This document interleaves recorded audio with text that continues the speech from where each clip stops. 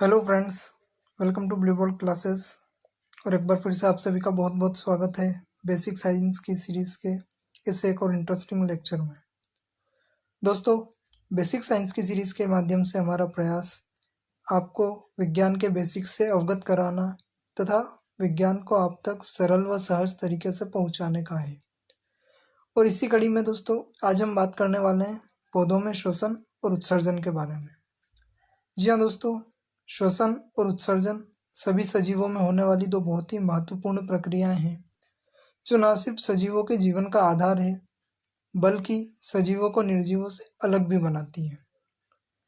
दोस्तों, यदि आप नहीं जानते हैं कि सजीव क्या होते हैं, निर्जीव क्या होते हैं, उनकी क्या विशेषताएं होती है तथा सजीव और निर्जीव में क्या अंतर होता है, तो इस टॉपिक पर हमने ऑलरेडी एक लेक्चर ले रखा है। ऊपर आई बटन पर क्लिक करके आप वो लेक्चर ले सकते हैं तथा सजीव और निर्जीव से जुड़े अपने सभी सवालों के जवाब आप वहां से पा सकते हैं। यदि बात पौधों में श्वसन और उत्सर्जन की जाए तो दोस्तों, पेड़ पौधों में श्वसन और उत्सर्जन की प्रक्रिया मनुष्यों और अन्य जीव जंतुओं से भिन्न प्रकार से होती है। जी हाँ दोस्तों, यानी कि पेड़ पौधों में जो श्वसन की प्रक्रिया होती है वो मनुष्यों या जीव जंतुओं की तरह न होकर उनसे अलग होती है।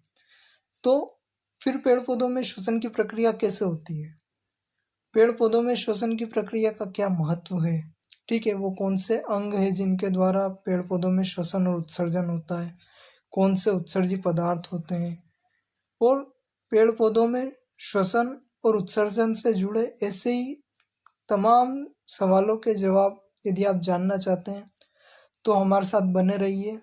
इस लेक्चर को बिना स्किप किए लास्ट तक देखिए। और यदि दोस्तों आपने चैनल को अभी तक सब्सक्राइब नहीं किया है तो जल्दी से चैनल को सब्सक्राइब करके बेल आइकॉन को ऑन कर लीजिए, ताकि आने वाले सभी लेक्चर्स के नोटिफिकेशन आपको मिले और आप कोई भी लेक्चर मिस ना करें। तो आइए दोस्तों, शुरू करते हैं आज का हमारा ये लेक्चर।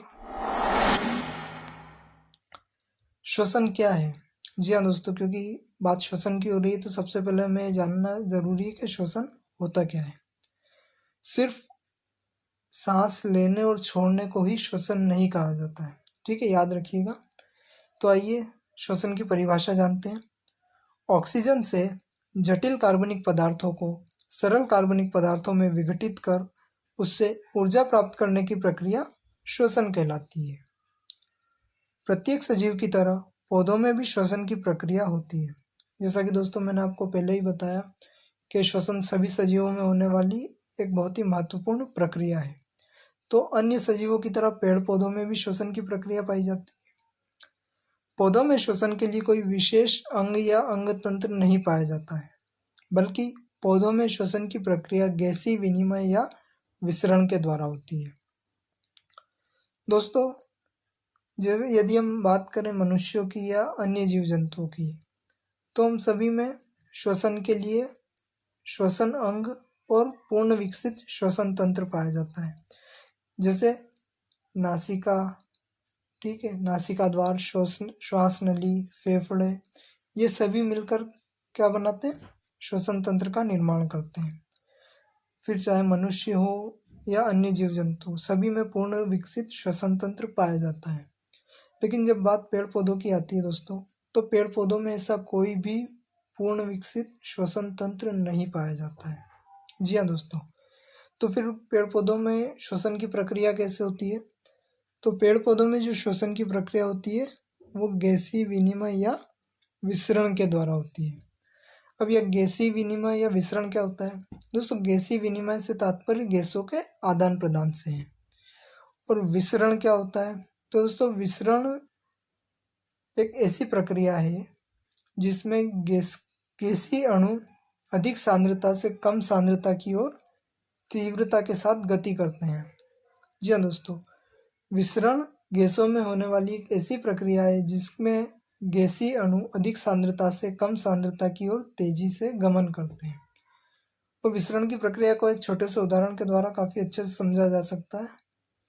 जब भी हम किसी कमरे में अगरबत्ती या परफ्यूम लगाते हैं तो उसकी खुशबू ना सिर्फ उस कमरे में बल्कि आसपास के पूरे माहौल में फैल जाती है। यानी उस कमरे के आसपास जितने भी रूम हैं उन सब में भी वो परफ्यूम की और अगरबत्ती की खुशबू फैल जाती है। आपने कभी सोचा ऐसा क्यों होता है या कैसे होता है? तो दोस्तों ये विसरण की प्रक्रिया के द्वारा होता है। जब भी आप किसी रूम में परफ्यूम या अगरबत्ती लगाते हैं तो होता क्या है, उस रूम में उस जगह उन गैसों की अ, उस जो खुशबू की है सांद्रता क्या होती है, बढ़ जाती है, यानी सांद्रता अधिक हो जाती है। तो गैसीय अणु अधिक सांद्रता से क्या करते हैं, कम सांद्रता की ओर, यानी जहाँ पर इन सुगंधित अणुओं की सांद्रता क्या है, कम है, उस तरफ तेजी से क्या करते हैं, गति करते हैं। और इसी के फलस्वरूप क्या होता है कि ना सिर्फ उस कमरे बल्कि आसपास के सभी कमरों में और पूरे माहौल में परफ्यूम या अगरबत्ती की खुशबू फैल जाती है।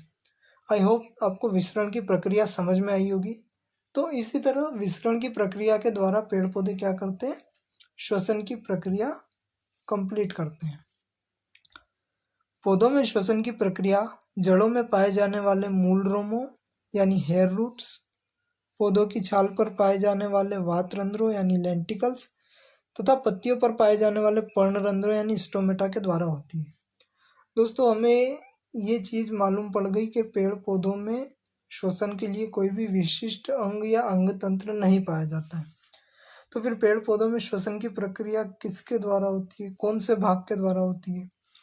तो दोस्तों अब क्योंकि पेड़ पौधों में कोई विशिष्ट अंग या अंग तंत्र तो श्वसन तंत्र तो पाया जाता है नहीं, तो इस वजह से क्या होता है, पेड़ पौधों के प्रत्येक भाग को श्वसन की प्रक्रिया में भाग लेना पड़ता है।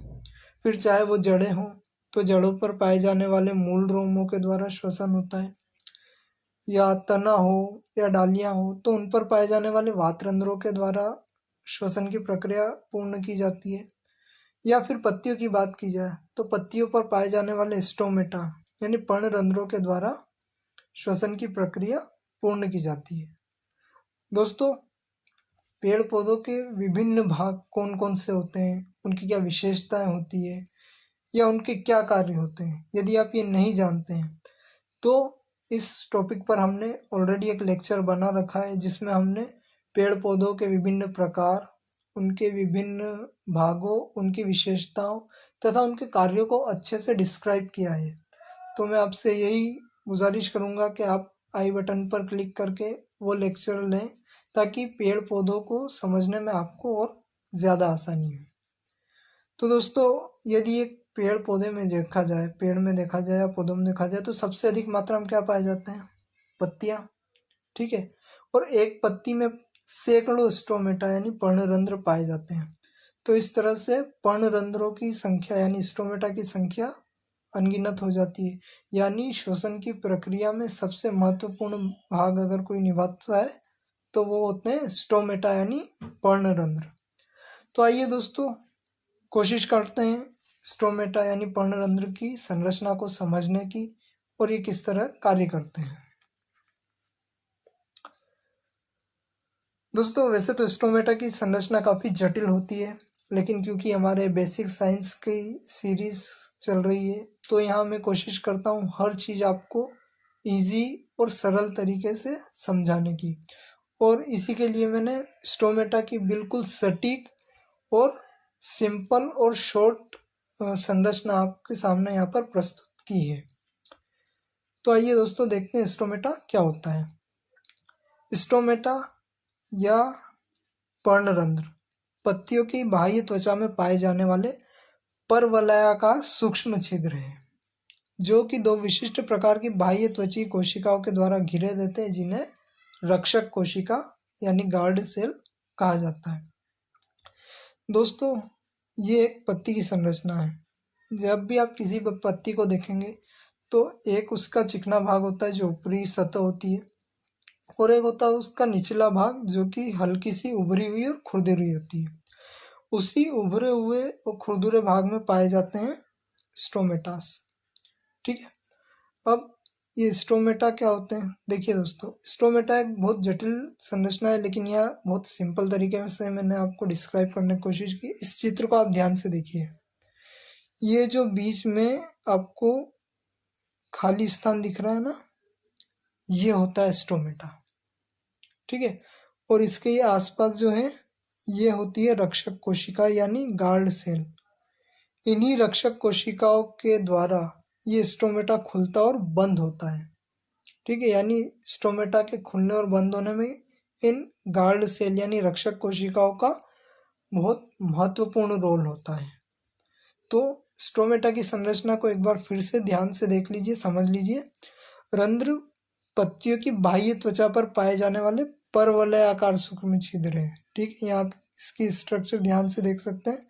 ये पूरी तरह वलयित नहीं है, परवलय आकार है। ठीक है, परवलय आकार सूक्ष्म छिद्र है जो कि दो विशेष प्रकार की बाह्य त्वचीय कोशिकाओं के द्वारा घिरे रहते हैं। ये देखिए दोस्तों, दो विशेष बाह्य त्वचीय कोशिकाएं जिन्हें क्या कहते हैं, रक्षक कोशिका या गार्ड सेल कहा जाता है। तो दोस्तों ये थी स्टोमेटा की संरचना, बिल्कुल सिंपल और सटीक। यहाँ पे हमने स्टोमेटा की संरचना देखी। आइए दोस्तों अब जानते हैं कि स्टोमेटा कार्य कैसे करता है, यानी ये खुलता और बंद कैसे होता है। रंध्रों के खुलने व बंद होने में रक्षक कोशिकाएं मदद करती है। जी हाँ दोस्तों, ये जो स्टोमेटा है ना, इसके खुलने और बंद होने में ये जो रक्षक कोशिका यानी गार्ड सेल है, इनका बहुत इम्पोर्टेंट रोल होता है। जब रक्षक कोशिकाओं में पानी भर जाता है तो वे फूल जाती है और स्फीत हो जाती है। दोस्तों ये देखिए चित्र नंबर 1, यहाँ एक बंद स्टोमेटा का चित्र दिया हुआ। ये स्टोमेटा क्या है, बंद है। ठीक है, और ये आसपास क्या है, रक्षक कोशिका। अब होता क्या है, जब इन रक्षक कोशिकाओं में पानी भर जाएगा तो वो क्या हो जाएंगी, फूल जाएंगी यानी स्फीत हो जाएंगी। और जब वो फूलेंगी तो क्या होगा, एक दूसरे से दूर हो जाएंगी। आपने कभी चने देखे होंगे, फूले हुए चने। ठीक है, जब काला चना छोटा होता है तो वो छोटा होता है आकार में, जब उसे भिगाया नहीं गया हो। लेकिन यदि आप एक रात के लिए उसे पानी में भिगो कर रख देते तो अगले दिन वो क्या हो जाता है, साइज में डबल हो जाता है यानी फूल जाता है। सेम कंडीशन यहाँ होती है दोस्तों। ये जो रक्षक कोशिका होती है क्या करती है, पानी को अवशोषित करती है और अवशोषित करती है तो क्या हो जाती है, फूल जाती है। अब जब ये रक्षक कोशिका फूल जाएंगी तो क्या होगी, एक दूसरे से दूर होंगी। ठीक है, तनाव के कारण क्या होगी, ये एक दूसरे से दूर होगी। और जब ये दूर होती है तो क्या होता है, स्टोमेटा खुल जाता है। ये देखिए दोस्तों, स्टोमेटा यहाँ पे खुला हुआ है। ठीक है, दोनों रक्षक कोशिका एक दूसरे से दूर हो जाती है तो रंध्र खुल जाते हैं। ये देखिए दोस्तों, यहाँ पर रक्षक कोशिकाएं थी, उनमें पानी भराया। जब पानी भरा गया तो वो पानी क्या हुआ, पानी अवशोषित किया तो फूल गई। और फूल गई तो एक दूसरे से क्या हो गई, दूर हो गई। दूर हुई तो उसकी वजह से स्टोमेटा क्या हुआ, खुल गया। जब रक्षक कोशिकाएं शिथिल हो जाती, अब थोड़े समय बाद फिर क्या होगा, इन रक्षक कोशिकाओं में से पानी क्या होगा, फिर से निकल जाएगा। तो ये रक्षक कोशिकाएं फिर से अपनी पुरानी स्थिति में आ जाएंगी। यानी जब पानी निकल जाएगा दोनों रक्षक कोशिकाओं, तो फिर क्या हो जाएंगी, ये शिथिल हो जाएंगी और स्टोमेटा क्या होगा, फिर से बंद हो जाएगा। तो दोस्तों इस तरह से रक्षक कोशिकाएं खुलती और बंद होती रहती है और इसी तरह से स्टोमेटा के खुलने और बंद होने की प्रक्रिया पूरी होती है। और जब ये स्टोमेटा खुलता है तभी उसमें से गैसों का आदान प्रदान होता है। रक्षक कोशिकाओं के खुलने और बंद होने में खनिज पदार्थ मदद करते हैं।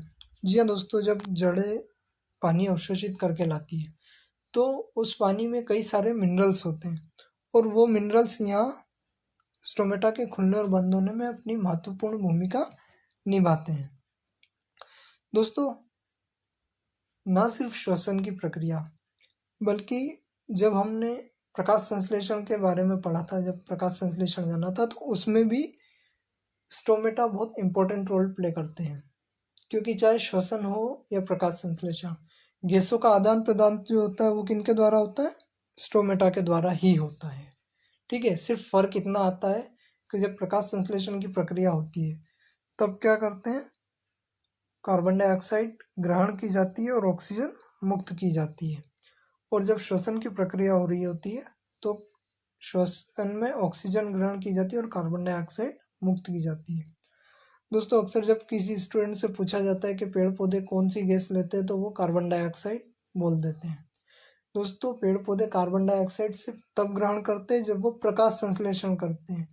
लेकिन जब पेड़ पौधों में श्वसन हो रहा होता है तब पेड़ पौधे भी क्या करते हैं, ऑक्सीजन ग्रहण करते हैं। इस चीज़ को गांठ बांध लीजिएगा। पेड़ पौधे भी श्वसन की प्रक्रिया में क्या ऑक्सीजन ग्रहण करते हैं और कार्बन डाइऑक्साइड छोड़ते हैं, ठीक है। और जब प्रकाश संश्लेषण की प्रक्रिया होती है तो कार्बन डाइऑक्साइड ग्रहण करते हैं और ऑक्सीजन छोड़ते हैं। दोस्तों, यदि आप प्रकाश संश्लेषण की प्रक्रिया को और अच्छे से समझना चाहते हैं, जानना चाहते हैं प्रकाश संश्लेषण क्या होता है, कैसे होता है, तो उस पर हमने एक विस्तृत वीडियो बना रखा है।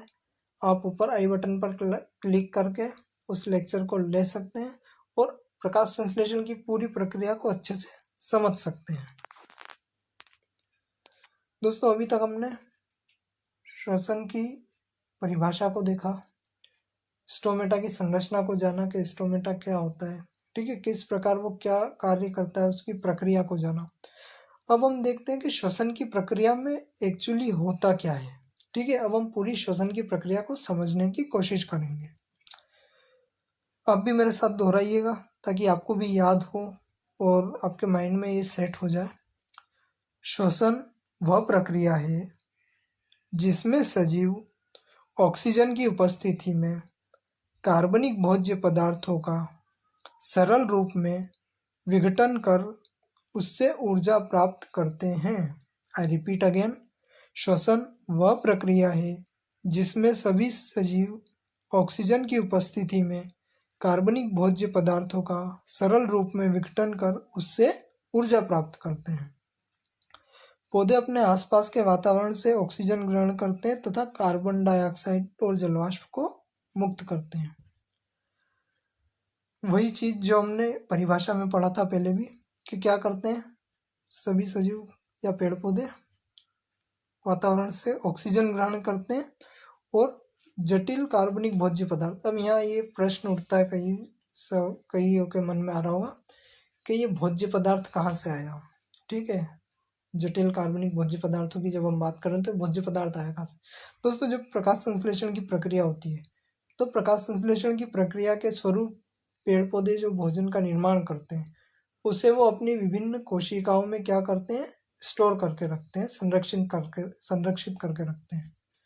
और अब उसी प्रकाश संश्लेषण की प्रक्रिया के आगे वो तो हो गया भोजन का निर्माण, लेकिन कोई भी सजीव उस भोजन से सीधे ऊर्जा प्राप्त नहीं कर सकता जब तक कि उसका ऑक्सीकरण ना हो।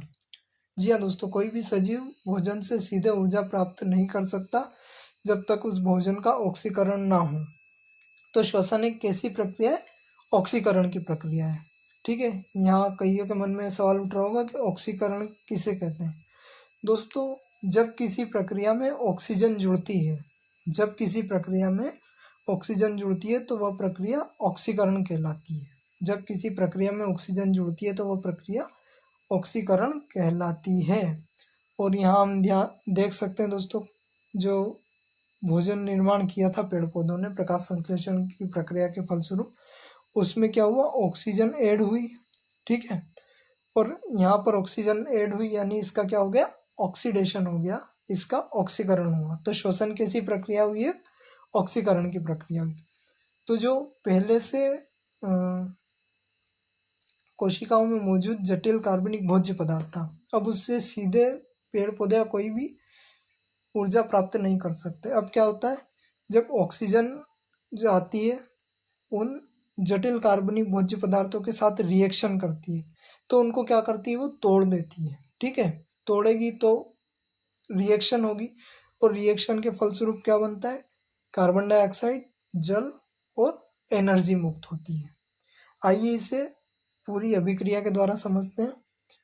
जब प्रकाश संश्लेषण की प्रक्रिया होती है तो क्या, ग्लूकोज यानी कार्बोहाइड्रेट वो बना के अपनी कोशिकाओं में स्टोर कर लेते हैं। फिर श्वसन की प्रक्रिया के वक्त ऑक्सीजन ग्रहण की जाती है और ये ऑक्सीजन इस ग्लूकोज का क्या करेगी, ऑक्सीकरण करेगी।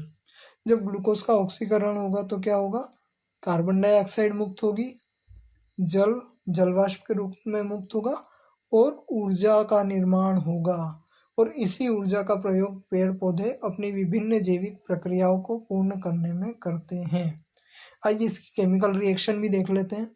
ग्लूकोज जिसका फॉर्मूला क्या है, C6H12O6, उसके साथ जब ऑक्सीजन ऐड होगी, ठीक है, जब उसका ऑक्सीकरण होगा तो क्या होता है, कार्बन डाइऑक्साइड का निर्माण होगा प्लस H2O यानी जल का निर्माण होगा और एनर्जी रिलीज होगी यानी ऊर्जा का निर्माण होगा, और यही ऊर्जा पेड़ पौधे अपनी विभिन्न जैविक क्रियाओं को सुचारू रूप से चलाने में यूज करते हैं या प्रयोग में लाते हैं। तो दोस्तों ये थी श्वसन की प्रक्रिया। आई होप आपको समझ में आई होगी किस तरह पेड़ पौधों में श्वसन होता है और श्वसन का क्या महत्व होता है। दोस्तों बिना श्वसन की प्रक्रिया के ये कहा जाता है कि कोई भी जीवित नहीं रह सकता है, चाहे पेड़ पौधे, कोई भी सजीव, चाहे पेड़ पौधे, मनुष्य हो। क्यों नहीं रह पाता, शायद अब आपको समझ में आ गया होगा। क्योंकि यदि ऑक्सीजन ही नहीं होगी, यदि हम श्वसन ही नहीं लेंगे तो ऊर्जा नहीं मिलेगी, और अगर हमें ऊर्जा नहीं मिलेगी तो हम कोई कार्य नहीं कर पाएंगे और हमारी बॉडी में कोई भी रिएक्शन नहीं होगी, और अगर हमारी बॉडी में कोई रिएक्शन ही नहीं होगी तो कोई भी सजीव जीवित नहीं रह सकता है। इसीलिए श्वसन को सबसे ज़्यादा महत्वपूर्ण माना जाता है। आइए दोस्तों अब हम बात करते हैं उत्सर्जन के बारे में।